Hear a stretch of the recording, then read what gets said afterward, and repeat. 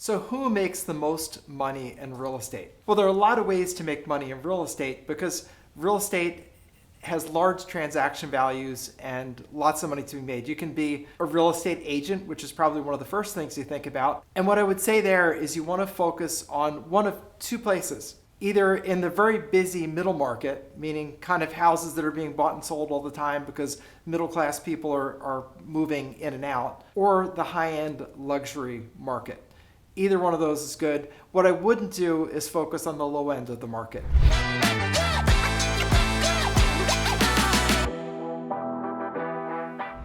When I was in law school, I actually was a real estate agent, and I used to just sell houses in my neighborhood. And at the time, I didn't live in a high value neighborhood. I lived in a very poor neighborhood because I was a student and that's what I could do. And it was very difficult to make money there. The transaction sizes were small and anything could throw a deal off. If a house needed a new roof, the seller might not be able to afford it and the whole deal would explode. And they'd always end by saying, oh, could you cut your commission? Which is already small anyway. So what I would say is that if you're going to be a real estate agent, there are two places to go. One is the high volume part of the market where the houses are sort of average house in America. Average house in America today is a little over $400,000 house.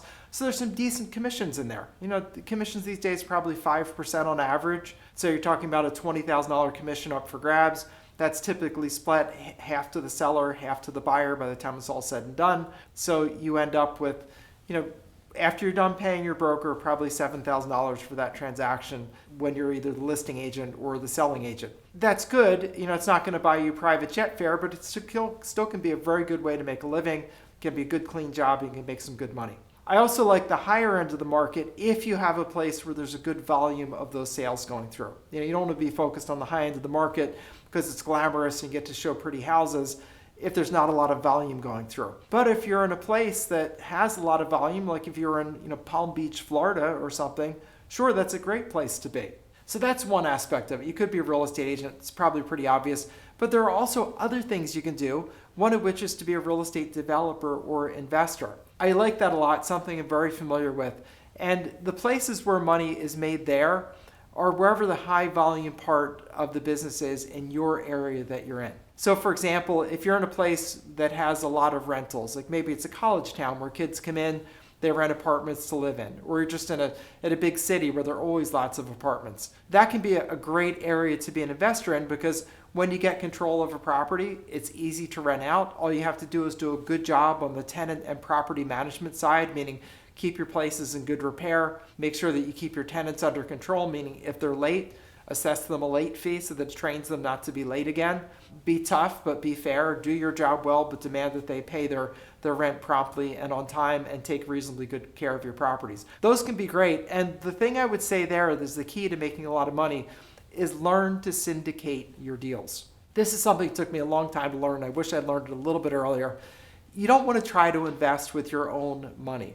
Simply put, if you get good at the real estate investing, you can put together many more deals than you'd ever be able to fund by yourself. So what you want to work on is your skill at finding and putting together really great deals, and then add on the skill of raising capital from third parties to fund your deals. Now, why would people be investing? Well, they invest because real estate is historically a great investment. All the major investors and all the wealthy people of our time all own significant amounts of real estate. Anyone from Warren Buffett to Jeff Bezos to everybody down below that level of wealth, they all own and make a lot of money in real estate, but they do not want to be real estate investors, meaning they don't want to do the day-to-day grind of locating deals, negotiating deals, closing deals. I mean, prior to filming this video, I've spent the last 2 weeks working on the sale of a commercial property that I own, and literally spend 2 weeks of almost full-time work getting everything together. Now, it's a large building, there's a lot to get together, but someone who's wealthy doesn't necessarily have that time or that expertise, and they don't want to spend 2 weeks putting together either a sale or a purchase. If I'd been on the purchase side, it would have taken me the same 2 weeks to prepare for this. So the value that you bring as a real estate syndicator is you locate the deal, you put it under contract, you do all the work to get it to settlement, and then you do all the work to manage it, meaning get it filled up with tenants, keep it filled up with tenants, keep it in good repair, and keep an eye on the property. And that is a lot of value. And a lot of people who are wealthy want to be exposed to many different kinds of investments. They own stocks. they own bonds. They probably own some precious metal. At this point, they probably own some cryptocurrency. And they also, virtually all of them, want to own real estate as well, especially performing real estate, which is generally rental real estate. Now, if you're newer, I would definitely stay in the residential side of things, and I would stay in a place where there's a good demand for rentals. Could be that it's just a large city where there's almost always a good demand as long as you're in an attractive neighborhood. Could be a college town. It could be a vacation place. You know the places. It's easy for you to figure that out in your own neighborhood. And I would say also this is a localized business. I know there's some people that teach, invest all over the country. I think especially for someone just starting out, you want to stay local.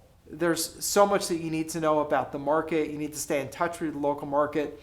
You want to do things like subscribe to your local business journal.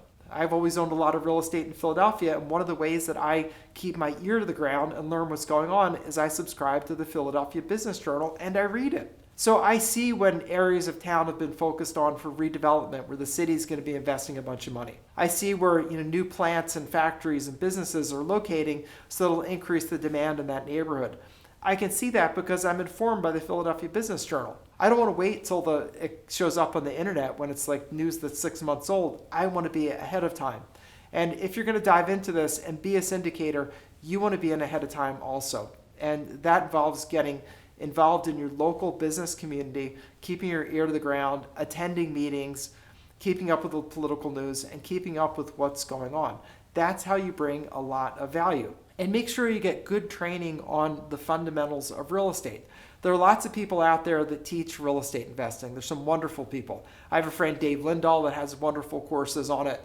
Got lots of other people. Look for someone that you can learn from who's been doing it for a long time. Look for someone who seems accessible. You don't want these guys that just sort of puff themselves up and stand in front of a Lamborghini and talk about how rich they are and how they fly in private jets. That is not the guy you want. You want someone who actually is in there with his hands dirty doing the business. Like, just for example, my friend Dave Lindahl, who I think is great, and I'm not getting anything for saying his name in this video, so it's not that. Dave, together with his partner, owned thousands and thousands of apartment buildings. If I remember correctly, it was about 7,000 apartments that he and his partner built up. And they built that portfolio over like 10 years. And that's the person that you want to learn from, the person who's actually doing it, not the guy who just rents a private jet and rents a Lamborghini and stands in front of it to make you think he's rich. That is not the guy you want it. Because I can tell you, I know a lot of wealthy people, and virtually none of them will show off in front of their private jet, even when they have them. My friends who have 3 and 4 private jets, crazy. But I wouldn't even know it unless it came up in a conversation. That's when you learn about that. My friends that are ultra wealthy like that generally do not drive Lamborghinis. Will they drive something nice? Sure. They may drive a Land Rover, they may drive a Lexus, but it's not flashy like a Lamborghini. I can tell you that. That is not the guys who are doing that. So don't be distracted by the flash of the fancy cars and the private jets. Person who's focusing on that is not focusing on their business, and that's not the person to learn from. But you have to learn and become an expert in your craft. If you're going to be raising money, and for that matter, if you're going to be investing your own money, you have to know what you're doing. So you have to know what things like NOI, which is net operating income, you need to know what that means. You need to know what cap rates are and how they relate to real estate values. You need to know how interest rates affect the value of real estate, especially commercial real estate. Interest rates double, your commercial real estate can go down by half, believe it or not. May be surprising to you because if you're not in the know, you're not in the know. Make sure that you learn and educate yourself first. Another organization for you to join is the Urban Land Institute. Join, go to their meetings. Urban Land Institute is going to have all of your big players in commercial real estate. Even if you're in residential real estate, it's going to have all the players in that.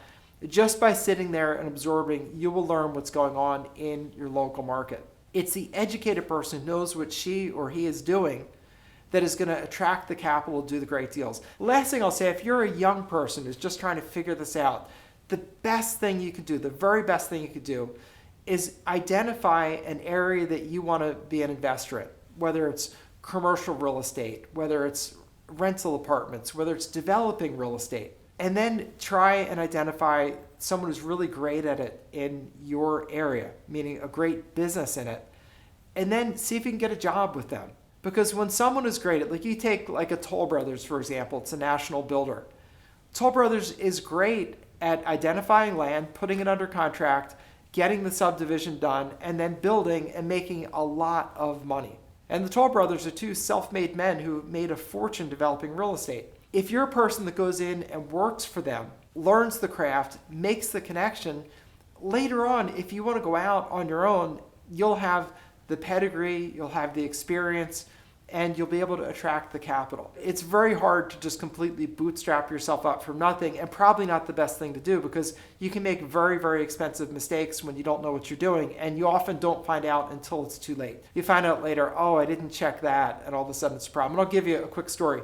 My very first real estate investment, I was trying to bootstrap everything. I did, to my credit, learn from a gentleman who was very active in Philadelphia real estate. He was buying at tax sales, so I learned how to buy at tax sales from him. Well, I went to my first tax sale and I bought a piece of land, and it was a wonderful piece of land in a great neighborhood. But what I didn't know, and I was in my early 20s at the time, what I didn't know is this land was 2 feet too narrow to legally build on. So it was 48 feet instead of 50 feet. So the only way I could build on it was to hire a lawyer, get a variance, and figure that out.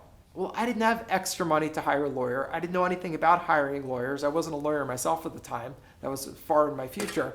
So because I didn't know any of that, I ended up with this land that I didn't have any use for. I put it up for sale. It didn't sell. And I sat there just accumulating tax bills on it and not knowing what to do and just being kind of depressed. Now, thankfully, I hadn't spent much money on it. It was only $3,000. Well, eventually, after many years, I did manage to sell that property.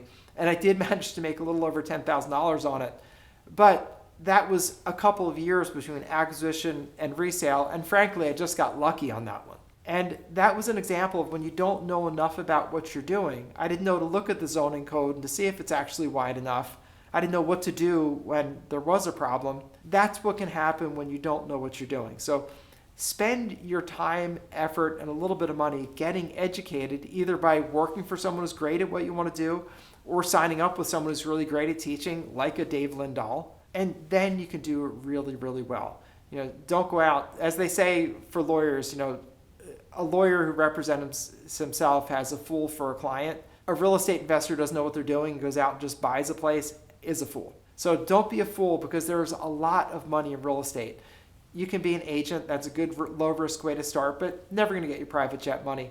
Much better off to look at becoming a syndicator of real estate, where you learn the investing part and then you go out, you raise money from other people, you get a piece of the deal, a piece of the upside by syndicating, and you can go from, like my friend Dave did, from nothing to thousands of apartments and becoming generationally wealthy just by learning how to do it first. So hopefully this is helpful. If you like this, subscribe to the channel. I'm always talking about investing and the things that I've learned over my very long career since 1989 when I started investing. So I love to share this information. Hopefully this is helpful. If you like it, give it a thumbs up. If you have questions, put them down below. I'll get to questions when I can. Can't guarantee I'll get to every question, but I do what I can with it. Also gives me suggestions for other videos. So thanks for being here, and I'll see you next time.